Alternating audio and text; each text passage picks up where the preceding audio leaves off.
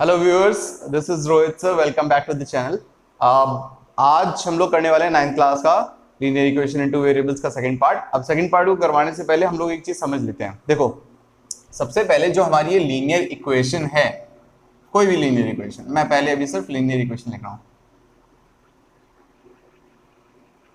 अब कोई भी लीनियर इक्वेशन क्या रिप्रेजेंट करती है ज्योमेट्रिकली? तो लीनियर इक्वेशन हमेशा रिप्रेजेंट करती है, रिप्रेजेंट्स अ स्ट्रेट लाइन।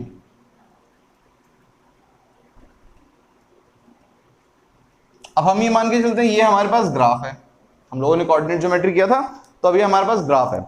अब ग्राफ में कहीं से भी कोई लाइन जा रही है, सपोज ये लाइन जा रही है, ठीक है। एक और ग्राफ है अब हमारे पास, और उसमें से एक लाइन कुछ ऐसे जा रही है। फिर एक तीसरा ग्राफ है हमारे पास, उसमें से ये लाइन कुछ लेट से ऐसे जा रही है। तो अब तीनों के तीनों आप यहां पे देखो, ये तो ग्राफ है ना, ये भी ग्राफ है और ये वाला पार्ट भी हमारा ग्राफ है। अब हम लोग सिर्फ लाइन पे कंसंट्रेट करेंगे, इस चीज पे। तो बताने वाली मतलब मैं जो आपको बताना चाहता हूं वो ये कि ये लाइन कितने भी पॉइंट से होती हुई गुजर सकती है। तो ये जो पॉइंट्स होते हैं, जैसे ये लाइन है, अब ये लाइन यहाँ पे यहाँ पे यहाँ पे यहाँ पे यहाँ पे यहाँ पे, तो यहाँ पे ये जो पॉइंट्स हैं 1 2 3 4 5 6 7 8, और ऐसे ही कितने भी पॉइंट हो सकते हैं, क्योंकि ये लाइन आगे एक्सटेंड करेगी यहाँ पे भी और यहाँ पे भी। सिमिलरली यहाँ पे 1 2 3 4 5 6 7 8 9 10 11 12। तो बताने वाली बात क्या है कि कोई भी लाइन कितने भी पॉइंट से होती हुई गुजर सकती है, और ये जो पॉइंट होते हैं यही होते हैं इनके सॉल्यूशन, नंबर ऑफ सॉल्यूशन। अब कितने सॉल्यूशन है, क्या हम लोग काउंट कर सकते हैं? नहीं कर सकते। तो number of solution of any line, any line, अब वो चाहे 1 वेरिएबल में हो चाहे 2 वेरिएबल में हो, any line have infinite number of solution. So ये चीज आप लोग लिख लो कि एनी लाइन, अब लाइन हम लोग लाइन को क्या किस वे में रिप्रेजेंट करते थे? Linear equation. तो एनी लाइन और linear equation have infinite number of solution। अब हम आते हैं सॉल्यूशन होता क्या है या सॉल्यूशन निकालते कैसे हैं। तो उस पे पहले आप लोग इस वीडियो को पॉज करो और इसे नोट डाउन करो। अब जरा सिर्फ इस चीज पे नोटिस किया जाए कि एक्सरसाइज 4.2 का फर्स्ट क्वेश्चन आपका क्या कह रहा है कि एक आपको दिया हुआ है y is equal to something something, उसमें पूछा हुआ है कि इस लाइन के कितने सॉल्यूशन हो सकते हैं। तो पहला ऑप्शन है यूनिक सॉल्यूशन। यूनिक सॉल्यूशन का मतलब होता है सिर्फ एक सॉल्यूशन है। उसके बाद बोला हुआ है सिर्फ 2 सॉल्यूशन, तो वो भी ऑप्शन नहीं है। उसके बाद बोला हुआ है इनफिनाइट मेनी सॉल्यूशन। तो मैंने आपसे क्या बोला था कि किसी भी लाइन के इनफिनाइट मेनी सॉल्यूशन होते हैं। तो आपके पास जब भी इस टाइप का क्वेश्चन आएगा उसका आंसर इनफिनाइट मेनी सॉल्यूशन ही होगा, बस। ठीक है, अब हम आते हैं हमारे क्वेश्चन नंबर 2 पे। तो क्वेश्चन नंबर 2 पे जो आप लोगों की बुक में है उनमें से एक आध मैं क्वेश्चन करवाऊंगा, बस उसके अलावा पहले हम लोग एक एग्जांपल देख लेते हैं। तो मेरे पास एक एग्जांपल है x plus y is equal to 7। हमसे बोला हुआ है इसके 4 सॉल्यूशन निकाल के बताओ। 4 सॉल्यूशंस चाहिए इसके।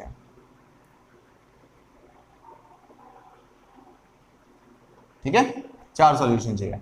तो 4 सॉल्यूशंस में करना क्या होता है पहले उस पे आते हैं। देखो, सबसे पहले पहला सॉल्यूशन निकालने की कोशिश करते हैं। अच्छा, सॉल्यूशन निकालते हुए आप लोग हमेशा इस टाइप का एक ब्लॉक बनाएंगे।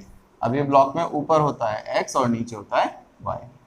तो 4 सॉल्यूशन निकालने हैं, 4 पार्ट कर लेते हैं, 1 2 3, और ये हो गया हमारा 4। तो ये हमारा ब्लॉक बन गया। अब देखो करना क्या है। फर्स्ट पार्ट, x की मैं वैल्यू कोई भी पुट करता हूं। लेट से x की वैल्यू मैंने पुट करी 0। ठीक है, ये फर्स्ट पार्ट है।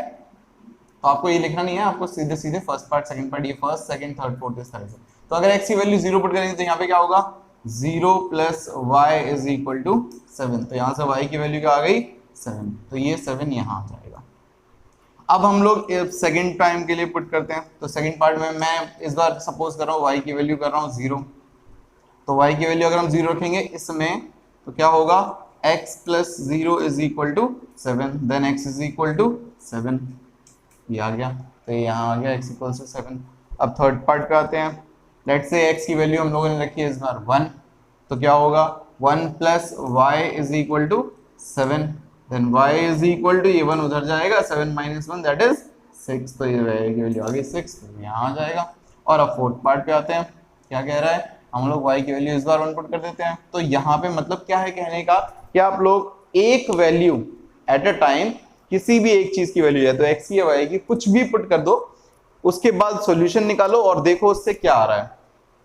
तो आएगा क्या वैसे, x plus 1 is equal to 7, then x is equal to 6, तो ये 6 आ गया। तो यहाँ पे 4 सॉल्यूशन हमारे जो हुए वो हुए ये सारे सारे।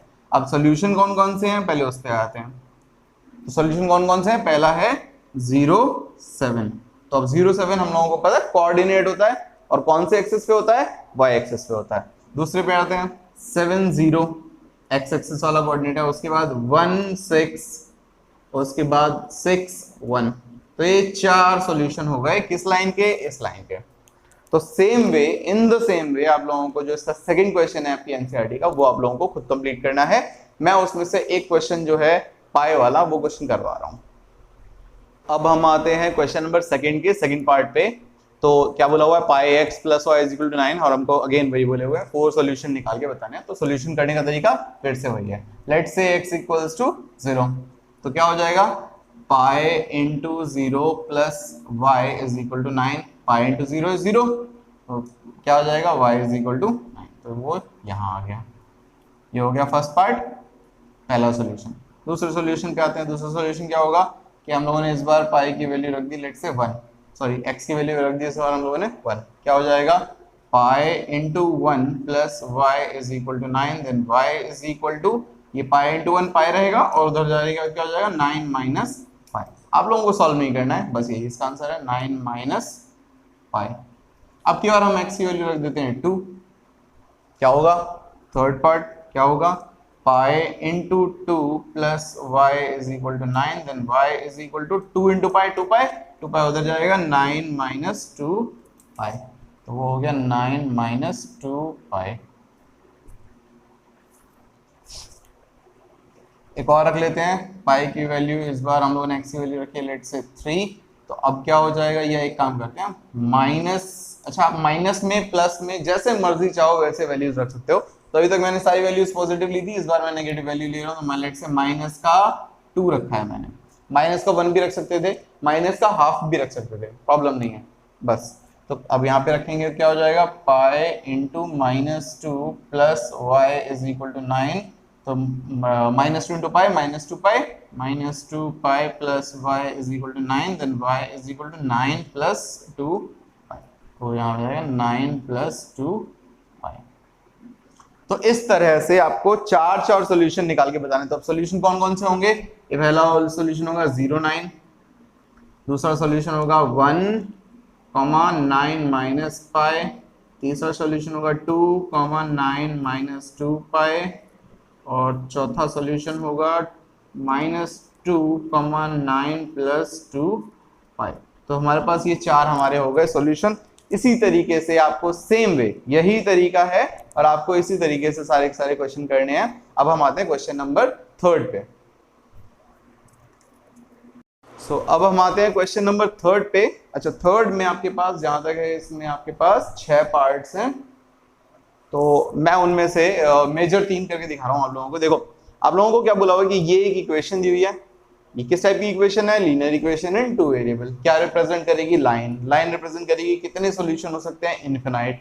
अब हमें इनफिनाइट सॉल्यूशंस में से जो ये गिवन सॉल्यूशन है ये चेक करके बताने की क्या ये इसका सॉल्यूशन है या नहीं है तो सेटिस्फाई करेगा, नहीं है तो सेटिस्फाई नहीं करेगा। बेसिक बात समझ लो, अगर कोई सॉल्यूशन है तो LHS और RHS इक्वल आएंगे पुट करने के बाद, और अगर सॉल्यूशन नहीं है तो LHS RHS इक्वल नहीं आएंगे। कोऑर्डिनेट ज्योमेट्री में आप लोगों ने एक चीज पढ़ी होगी कि अगर कोई कोऑर्डिनेट लिखा हुआ है, जैसे फॉर एग्जांपल ये लिखा हुआ है 0 2, तो 0 2 का 0 क्या रिप्रेजेंट कर रहा है x, और 2 क्या रिप्रेजेंट कर रहा है y। अगर ये समझ में आता है, आगे वाला x होता है पीछे वाला y होता है, बेसिक नॉलेज के लिए बता दूं।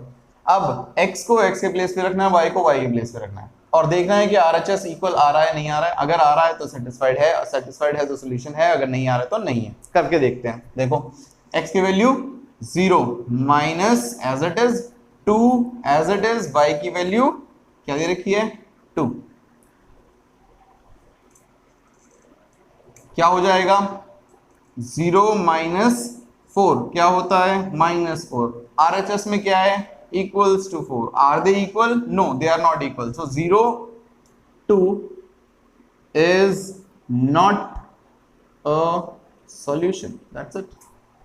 सेकेंड पार्ट पे आते हैं, थर्ड पार्ट सॉरी इसका थर्ड पार्ट क्या है 4 0 पुट करके देखते हैं। 4 माइनस 2 इंटू 0 क्या हो जाएगा 4 minus 0 which is equals to 4। RHS क्या है इक्वल्स टू 4, तो are they equal, yes they are equal, तो 4 0 इज अ सॉल्यूशन हो गया।